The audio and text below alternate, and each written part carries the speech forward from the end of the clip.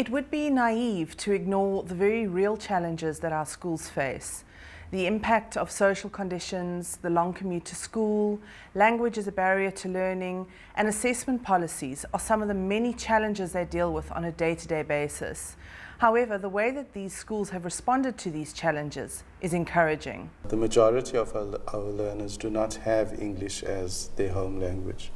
So while it is a challenge, it is also sometimes a prerequisite from the parents themselves, because they insist that their children need to be educated in English.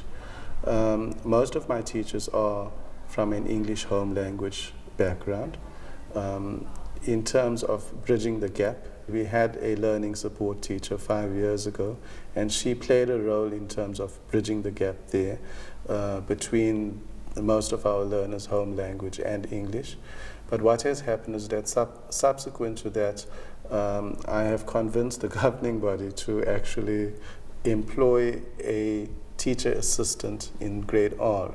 I struggled at first, but then the new principal came along and brought in like people who speak the same language as me, like the secretary, the dance teacher. So if I couldn't remember maybe a word, I'd talk to them, they'd understand it and answer the other people.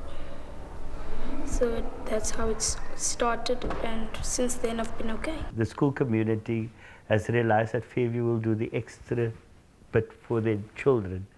So learners with barriers are nowadays enrolled at the school, which means that whilst the teachers' classes are 35, they have these learners that are caught up in the system and needs special attention. And more than often than not, these learners could be 10–15% of the class.